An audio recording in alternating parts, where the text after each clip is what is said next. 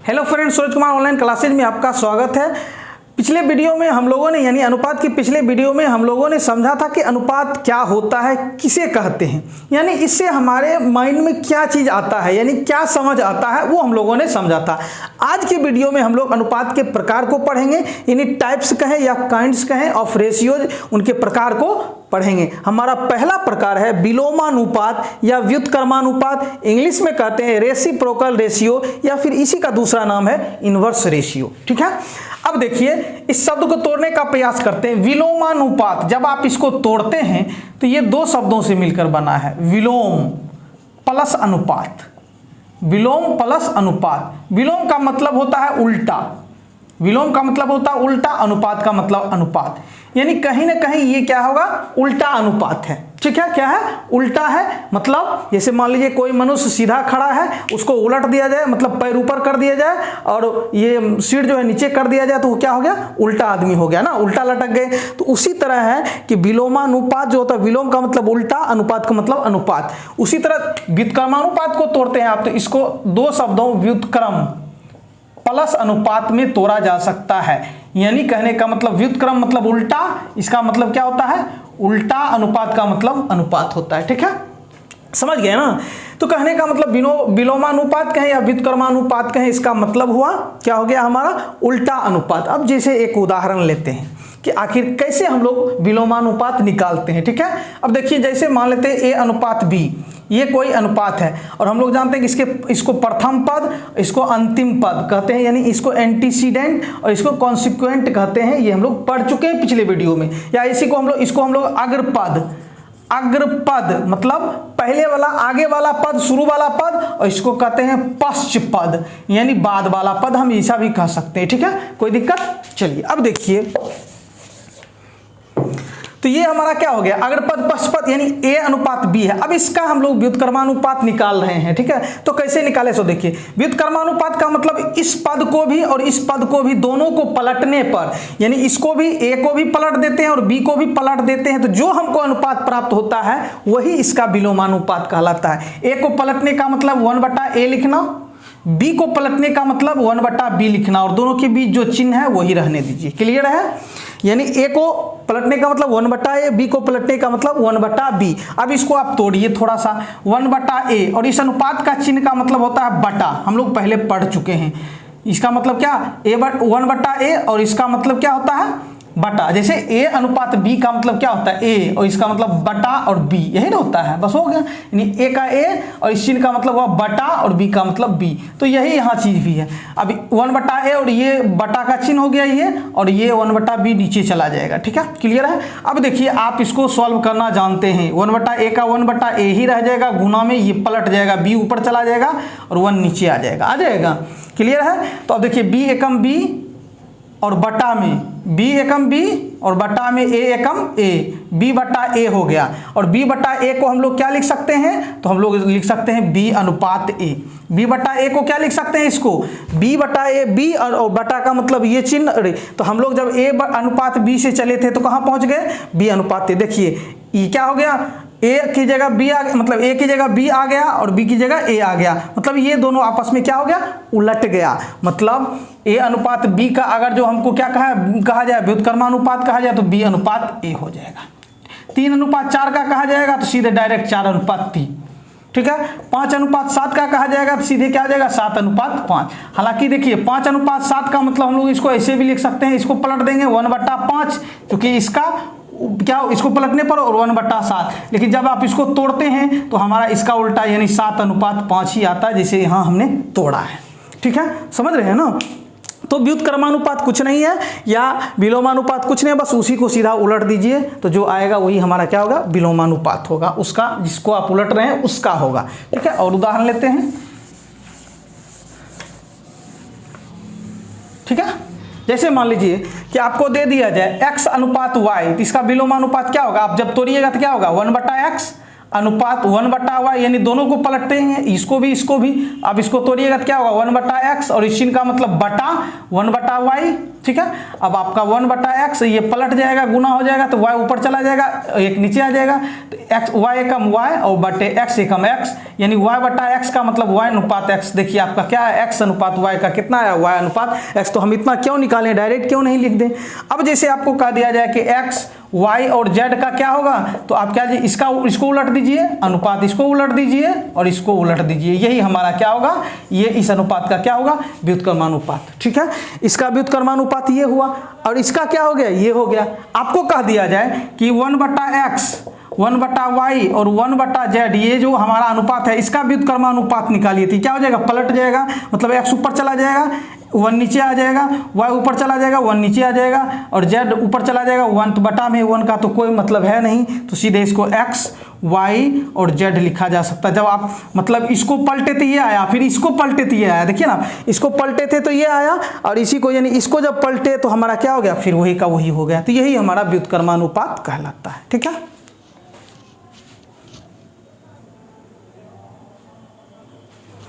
अब हमारा दूसरा प्रकार है वर्गानुपात। इसको जब आप तोड़ते हैं तो वर्ग अनुपात, वर्ग प्लस अनुपात, यानी कहने का मतलब जब भी हम काम करेंगे तो अनुपात के किसके पद पर काम करेंगे, ठीक है। तो यानी किसका वर्ग होगा, तो कहीं ना कहीं पद का वर्ग होगा।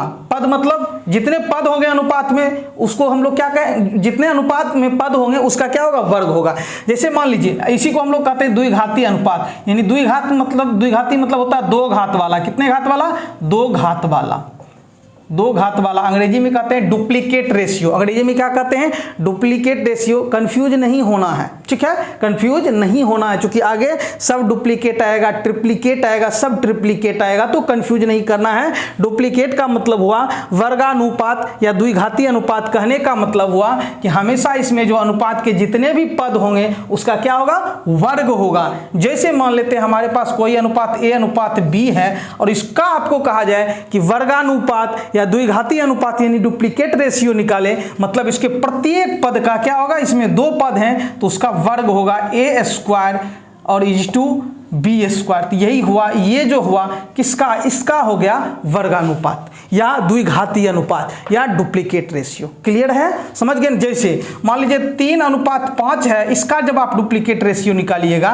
तो डुप्लीकेट यानी वर्गानुपात मतलब इसका भी वर्ग होगा, यानी प्रथम पद का तो 3 का स्क्वायर अनुपात इसका भी वर्ग होगा, यानी 5 का स्क्वायर। अब आप तोड़ दीजिए इसको, 3 का स्क्वायर मतलब 3 गुना 3 यानी कितना हो जाएगा, 9 अनुपात 5 का स्क्वायर मतलब 5 गुना 5 मतलब 25 हो जाएगा। कितना हो जाएगा, 25 हो जाएगा। तो ये हो गया हमारा इसका क्या हो गया, डुप्लीकेट रेशियो। वर्गानुपात कहिए, द्विघाती अनुपात कहिए, जो कहिए।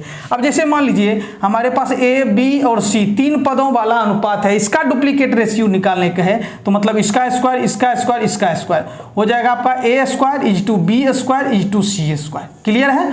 जैसे उदाहरण लेते हैं 2, 5 और 7, इसका सब डुप्लीकेट रेशियो मतलब इसका वर्गानुपात मतलब जितना भी वर्ग होगा इन हो जाएगा 2 का स्क्वायर = 5 का स्क्वायर = 7 का स्क्वायर, मतलब 2 का स्क्वायर मतलब 2 दूना 4, 5 का स्क्वायर मतलब 25 और 7 का स्क्वायर मतलब 49। तो यही हमारा डुप्लीकेट रेशियो है, ठीक है।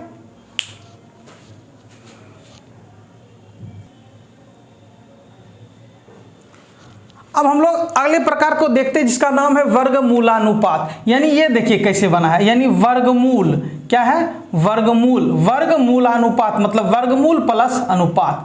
कहने का मतलब हुआ कि इसमें जो होगा अनुपात का कहीं ना कहीं क्या निकलेगा, वर्गमूल निकलेगा। क्या निकलेगा, वर्गमूल, यानी जितने भी इस अनुपात में पद हो गए उसका वर्गमूल निकलेगा। वर्गानुपात था तो वर्ग निकला था, अब वर्गमूलानुपात है तो वर्गमूल निकलेगा। इसको हम लोग कहते हैं सब डुप्लीकेट रेशियो। क्या कहेंगे, सब लगा देने का मतलब हुआ मूल निकालना, ठीक है, समझ गए ना। किसका, तो वर्ग का मूल निकालना। डुप्लीकेट का मतलब हुआ वर्ग अनुपात, क्या हो गया, वर्ग अनुपात, और सब का मतलब यहाँ क्या हो जाएगा, इसका वर्ग का मूल निकालना मतलब वर्गमूल निकालना, ठीक है। जैसे हमारे पास a अनुपात b कोई अनुपात है और इसका आपसे कहा जाए कि भाई इसका वर्गमूलानुपात निकालिए, मतलब इसका वर्गमूल निकालिए। तो वर्गमूल निकालने का मतलब इसमें जितने भी पद है सिर्फ पद का ही निकलेगा या चिन्ह का निकलेगा, तो सिर्फ पद का निकलेगा, चिन्ह का नहीं निकलेगा।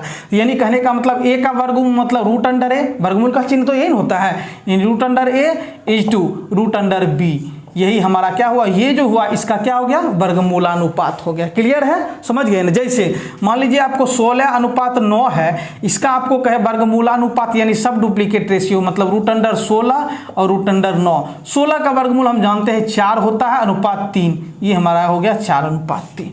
क्लियर है, समझ गए ना। तो ये जो हो गया हमारा इसका हो जाएगा सब डुप्लीकेट रेशियो यानी वर्गमूलानुपात। क्लियर है। अब जैसे मान लीजिए आपको यहाँ 16, 25, 81 इसका कहे आपको सब डुप्लीकेट रेशियो निकालने, मतलब इसमें जितने भी पद है सबका क्या निकलेगा, ये याद रखना, सब डुप्लीकेट मतलब उसका वर्गमूल निकलेगा। तो यानी √16 = √25 = √81 सब का वर्गमूल निकलेगा। 16 का वर्गमूल 4, 25 का वर्गमूल 5 और 81 का वर्गमूल 9। बस यही चीज़ है।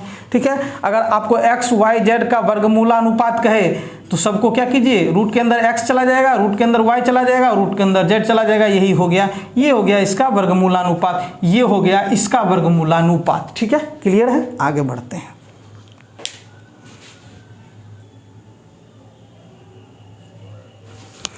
अब हम लोग अगला घनानुपात देखते हैं, यानी त्रिघातीय अनुपात। देखिए घनानुपात का मतलब इसको तोड़ेंगे तो घन प्लस अनुपात होगा। ठीक है। घन मतलब होता है पावर 3, घन का मतलब क्या होता है, पावर 3, घन का मतलब क्या होता है, पावर 3, यानी वैसा अनुपात जिसमें किसका, पदों का पावर कितना हो, 3 हो, मतलब पद पर काम करेंगे हमेशा अनुपात में। ठीक है। यानी पावर क्या होना चाहिए, 3 होना चाहिए। त्रिघाती का मतलब 3 घात वाला, 3 घात वाला, 3 घात वाला, मतलब 3 घात वाला अनुपात क्या होगा, अनुपात, जिसको हम लोग कहते हैं ट्रिप्लीकेट। ट्रिप्लीकेट, डुप्लीकेट का मतलब वर्गानुपात और ट्रिप्लीकेट का मतलब घनानुपात, पावर 3। ठीक है, समझ गए ना। यानी इसमें जो है पावर कितना होगा, 3 होगा। जैसे मान लेते हैं हमारा, क्लियर है, कहीं कोई दिक्कत। यानी घन मतलब पावर 3, अनुपात मतलब वैसा अनुपात जिसमें पदों का पावर कितना होना चाहिए, 3 होना चाहिए, यानी 3 घात वाला अनुपात होना चाहिए, जिसको हम लोग कहते हैं ट्रिप्लीकेट। जैसे मान लीजिए A:B हमारा कोई अनुपात है, इसका हमको घनानुपात निकालने कहा जाए, मतलब इसमें 2 पद हैं A और B, तो इसका भी पावर 3 हो जाएगा, अनुपात का चिन्ह अनुपात ही, और B पर पावर भी 3 हो जाएगा। तो ये हो गया हमारा क्या, इसका हो गया घनानुपात। क्या हो गया, घनानुपात यानी ट्रिप्लीकेट रेशियो। क्लियर है। जैसे मान लीजिए 3 और 2 का निकालना है घनानुपात, मतलब इसका भी पावर 3 और इसका भी पावर 3, 3 पर पावर 3 = 2 पर पावर 3, और 3 पर पावर 3 का मतलब 3 को कितनी बार गुना करना, 3 बार। तो 3 × 9 = 27, अनुपात 2 पर पावर 3 का मतलब 2 को कितनी बार गुना करना, 3 बार। तो 2 दूना 4 दूना 8, ये 8। तो ये हो गया किसका, इसका हो गया घनानुपात। क्लियर है, ट्रिप्लीकेट रेशियो। आगे बढ़ते हैं, समझ रहे हैं ना। जैसे मान लीजिए आपको कहा जाए कि x, y और z का हमको ट्रिप्लीकेट रेशियो निकालना है। क्या निकालना है, ट्रिप्लीकेट रेशियो निकालना है। तो इसका मतलब इसका भी पावर 3, इसका भी पावर 3, इसका भी पावर 3, x³ = y³ = z³। जैसे 1, 2 और 3, इसका हमको ट्रिप्लीकेट रेशियो निकालना, तो 1 का क्यूब्ड = 2 का क्यूब्ड = 3 का क्यूब्ड। 1 का क्यूब्ड 1 ही होगा, 1 एकम 1 एकम है, 2 दूना 4 दूना 8 हो जाएगा, और 3 × 9 = 27। अरे भाई आप इसको 3 × 3 × 3 लिखिएगा, 3 × 9 = 27। 2 पर पावर 3 का मतलब 2 को 3 बार गुना तो 8 हो जाएगा। 1 पर पावर 3 का मतलब 1 × 1 × 1 1 हो जाएगा। तो ये हो गया किसका, इसका हो गया घनानुपात कहें, त्रिघातीय अनुपात कहें, जो कहें। तो जब आपका ट्रिप्लीकेट होगा तो सब ट्रिप्लीकेट भी आएगा। ठीक है, क्लियर है।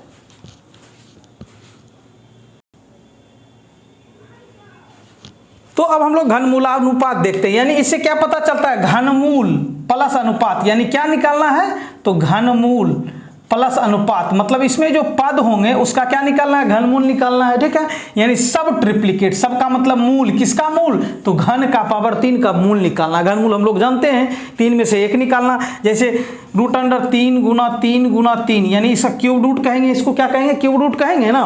तो इसका जब आप घनमूल निकालते हैं तो हम क्या 3 में से 1 निकालते हैं, 3 में से 1 निकालते हैं। और वर्गमूल में क्या होता है, 3 × 3, 2 में से 1 निकालते हैं, ये निकालते हैं ना, समझ गए ना। तो अब देखिए यहाँ घनमूलानुपात कह रहा, मान लीजिए आपको A और B दे दिया, आपको ये कोई अनुपात है और इसका कहा जाए आपको, इसका हमको घनमूलानुपात निकालिए, यानी सब ट्रिप्लीकेट, मतलब इसका भी A का भी क्यूब रूट होगा। ठीक है, क्लियर है, समझ गए ना। ओ सॉरी A है ना, और = इसका भी क्यूब रूट होगा B। ठीक है, क्लियर है, समझ गए ना। अब जैसे मान लीजिए कि आपको दे दिया जाए कि 27 × इज टू 8, इसका आपको कहेगा घनमूलानुपात निकालने, तो इसका भी घनमूल होगा यानी क्यूब रूट ऑफ 27 यानी 27 का घनमूल यानी उसके अंदर होगा is to cube root of 8। ठीक है, अब देखिए इसका क्या होगा, 27 का मतलब क्या हुआ, इसको तोड़ेंगे 3 गुना 3 गुना 3, यही न करेंगे, क्यूब रूट ऑफ 3 गुना 3 गुना 3 is to cube root of what 2 2 2।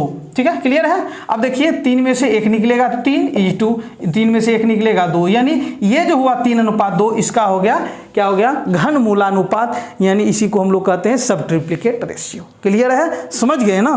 चलिए आगे बढ़ते हैं, इसका और भी उदाहरण लेते हैं। मान लीजिए आपको ए बी सी है, इसका कह दिया जाए घनमूलानुपात निकाले, मतलब इसका क्यूब रूट, ए का क्यूब रूट, फिर बी का क्यूब रूट, फिर सी का क्यूब रूट। ठीक है, समझ गए ना। कोई संख्या है नहीं जो हम डायरेक्ट निकाल पाएंगे, ये ऐसे का ऐसे रहेगा। जैसे मान लीजिए 1, उसके बाद 27 64, इसका क्यूब रूट निकालने कहेगा, यानी इसका क्या, इसका घनमूलानुपात निकालने कहे तो 1 को फिर क्या होगा cube root of 27 is to cube root of 64, ये हो जाएगा आपका। तो देखिए 1 का मतलब 1 गुना 1 गुना 1, बस वैसे रह जाएगा, ऐसे लिख दीजिए 1 गुना 1 गुना 1 को तो वही लिख सकते हैं। 27 को क्या लिख सकते हैं, 3 तिया 9 तिया 27, और इसको क्यूब रूट ऑफ 64 को क्या लिख सकते हैं, 4 गुना 4 गुना 4।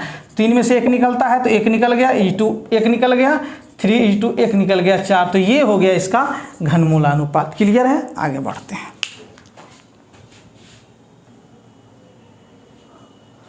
अब हम लोग एक मिश्रित अनुपात को समझते हैं। मिश्रित का मतलब होता है मिलाया हुआ, मिला हुआ। जटिल का मतलब वही हुआ मिला हुआ, यानी जिसको हम लोग कहते हैं कंपाउंड रेशियो। यानी ये रेशियो जो है कहीं ना कहीं क्या है, मिला हुआ है। मिलाने का मतलब 2 रेशियो का मिलावट है। ठीक है, कितने रेशियो का, 2 रेशियो का ये कहीं ना कहीं क्या है, मिलावट है। अब 2 रेशियो को कैसे हम लोग उसका कंपाउंड रेशियो निकालेंगे, मतलब मिश्रित अनुपात निकालेंगे, वो देखते हैं। जैसे मान लीजिए एक रेशियो A अनुपात B है और दूसरा हमारा C अनुपात D है, ये ठीक है। और इसमें कम से कम 2 अनुपात तो आपको चाहिए ही चाहिए। ठीक, क्लियर है, कम से कम 2 रेशियो तो चाहिए।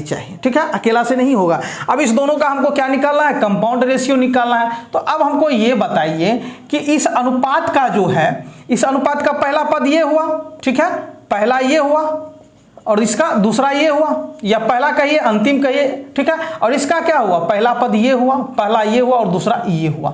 ठीक है, समझ गए। तो याद रखिएगा कि कंपाउंड इंटरेस्ट जब निकालने लगते हैं तो इसमें जितना भी अनुपात दे दिया जाएगा कोई दिक्कत नहीं है, पहला वाला को पहला वाला से ही गुना कीजिए, यानी ए को किससे गुना कीजिए, सी से, और फिर दूसरा वाला को दूसरा से गुना कीजिए, यानी बी को डी से गुना कीजिए, बी को डी से गुना कीजिए, और इस दोनों का क्या कीजिए, अनुपात कीजिए। मतलब पहला वाला को पहला से, दूसरा वाला को दूसरा से गुना कीजिए। यही हमारा क्या हो गया, कंपाउंड रेशियो हो गया। किसका, तो ए अनुपात बी और सी अनुपात डी का क्या, इस दोनों का क्या हो गया, ये कंपाउंड रेशियो हो गया। ठीक है, यानी कहने का ए अनुपात बी और हमारा सी अनुपात डी था, यानी इसका पहला सी के साथ और इसका दूसरा डी के साथ, यानी ए सी, यानी ए गुना सी अनुपात बी गुना डी। क्लियर है। जैसे मान लीजिए 3:4 है और 5:2 है, तो इसका पहला कौन, इस 3 है, इसका पहला क्या है 5, तो 3 गुना 5 क्या हो जाएगा, 15 हो जाएगा, और इसका दूसरा 4 और इसका दूसरा 2, तो हो जाएगा 4 गुना 2 और दोनों का अनुपात, इन 3 × 5 = 15 अनुपात 4 दूना 8। कटेगा तो काट लेंगे, नहीं कटेगा तो नहीं कटेगा, यानी ये 15:8 जो है इसका और इसका दोनों का क्या है, कंपाउंड रेशियो है। क्लियर है, आगे बढ़ते हैं और भी उदाहरण इसका लेते हैं।